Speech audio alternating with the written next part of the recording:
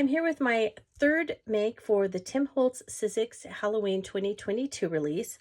And I thought it would be really fun to make some just Halloween kind of party favors and noisemakers with the retro Halloween die set. This has some great images that for me evoke memories from childhood Halloween decorations that were like in my classroom and even some that we had at home. So I thought it would be fun to just kind of make some vintage feeling party favors and noisemakers and things like that. So let's start off with one of the simpler ones, and that are these noisemakers. They're called clappers, and they're really easy and very fun to make. I ordered these off Amazon, and like I said, they're called clappers, and they come in a set of 6 of them. And they were the only color that I found were black. So I put the images on with vinyl. I cut, and these dies, there are 2 of them for each one. So let me show you. There's an outside piece that just cuts a base color. And then there's an inside piece. So let me find the actual one here. I have an errant bat in there from Otis. All right, so there you go. So you have the inside, and then you have the little lined piece. And if you watch the reveal, you probably saw one of Tim's makers and a friend of mine, Joy Kennedy. She used this ghost on one of her cards, and because this really basically cuts out an outline, and you could easily throw away the inside piece, but she actually pieced it back in and had the inside of the ghost and then the outline and the eyes, nose, and eyes and mouth, and then she used the outer part of the base as kind of a mat. All right, so when you fit it in there like that, then the base piece becomes just the mat, which I thought was a great idea too. And then you could have 3 colors going.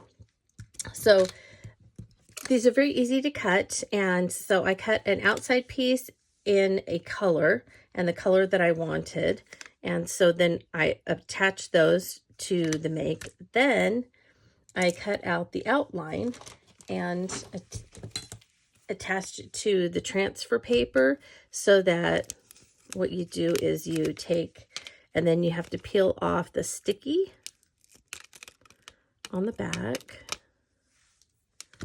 and then you can line it up.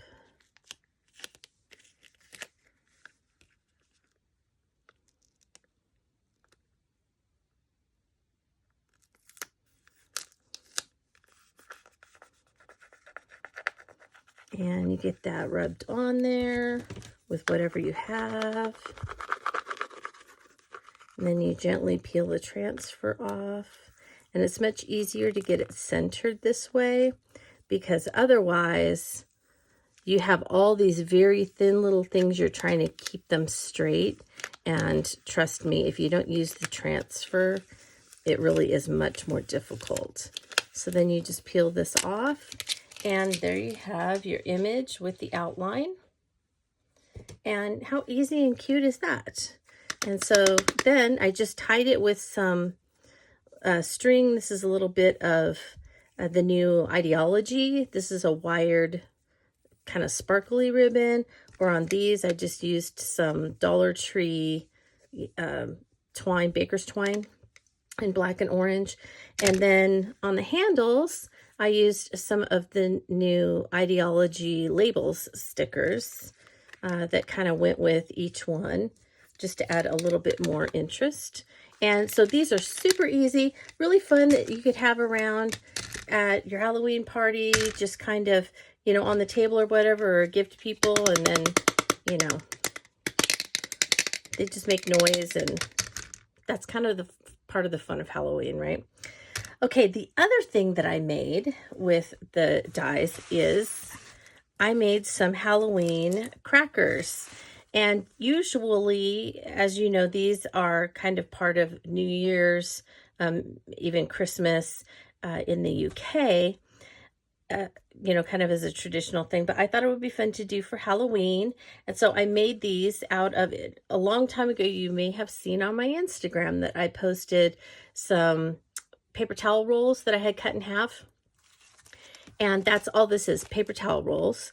And then I covered it with some Sizzix crepe paper. And you may not know, Sizzix makes dies, the dies that we're using, but they also make all kinds of paper and things like that for card making and projects. And so crepe paper is one of the things that they make. And so I ordered some Sizzix crepe paper, and I covered the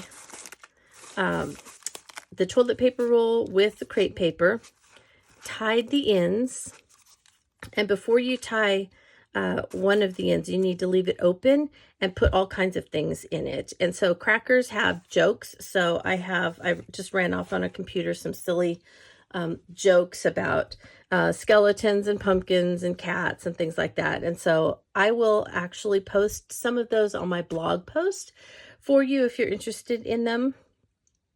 And then, so you put a joke or two inside of the cracker. You can put toys and things like that, but I put these fun vintage, isn't that so loud and annoying? Oh my goodness, I won't do that again on the video. But anyway, just so do you remember those from when we were kids? They're just so loud. So I looked for these specifically, and they were so cute. I got them off Amazon also. They are from, I believe, the Oriental Trading Company, but they shipped to me through Amazon. And so anyway, super, super cute. And so I put those, one of these inside. I ordered a bag of these fun plastic spiders so that when you pull it open, they come out.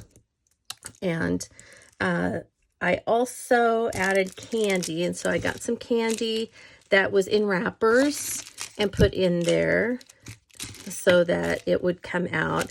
I love Chica Sticks, and so I found these little individually wrapped Chica Sticks, which it's peanut butter and coconut, toasted coconut. So good. If you haven't had a Chica Stick, try and find one, because they're one of my favorite childhood candies. So when I saw these, I thought, oh, these are going in my crackers. And then these I probably would not eat, but I know that some people like it. This is black licorice saltwater taffy, and I just thought the colors were cool, and so I wanted to add that because they do have a Sizzix does have kind of a purpley crepe paper as well that you can use. Then once you get it stuffed full of, you know, everything, oh, and a crown. So I bought these cracker crowns, actually paper crowns off of Amazon also. And so, because I thought you needed, you know, we needed a crown. I've also saw them on Etsy and some other places. So you want a crown in there. And then I tied the other end closed, and you take your scissors, and then I just cut the crepe paper to fringe it. I cut from the switchlet. I cut the pinked switchlet seal. And then I did this out of the Tim Holtz black craft paper, and then just sanded it. And then I took my Rusty Hinge distress crayon and just kind of highlighted the details. You don't see too much of it, but you know, that's kind of what I was going for, was just a little bit of detail around those. And then I did see that Tim, during the release video, he used the new Chapter 3 seals that you can ink. So that was a great idea too. I didn't have those. I had this seal switchlet. So there's some options for you as far as putting them behind this.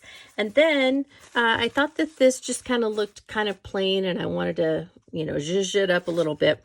So I took some of the black crepe paper, and I added some of the Sizzix adhesive sheet to it. So I put this on the adhesive sheet, and then I ran it through my die cut with the smallest of the stacked triangle dies. And then you can cut 5 at a time because there's 5 in the pack. So I just cut a whole bunch of them 5 at a time out of a coordinating color. So you can see several of these are black, but on the black one, I cut orange, or I could have cut green. In one of the purple ones, I could have used, orange or black or whatever, or even white. They do have white. I'm looking in here to see if I can find the white. So here's white. You could actually add white to that. So you have lots of options as you're decorating. And then going back to the ideology again, because all of Tim's products work so beautifully together. One of the things he came out with was the crepe paper fringe, which is just one of my favorite vintage Halloween kind of things. It's just the fringy crepe papery feel. And I was so excited because once you get the triangles on, it looks okay, but you need something to kind of cover up where you've put them together, and a little bit of it's not perfect look, which is fine. It kind of actually looks Frankenstein-y on the green, doesn't it? But I wanted it to have kind of a more finished look, and so I just put a little bit of collage medium around the very edge and stuck the fringe down, and I just think it looks so cute to have that fringe on there, and just adds to kind of the festive feel. Now, I did these in a way that you could, it's a little bit different. I think you could, I cut these in half again. So it was a paper towel holder that I cut in half, and then I cut them in half again.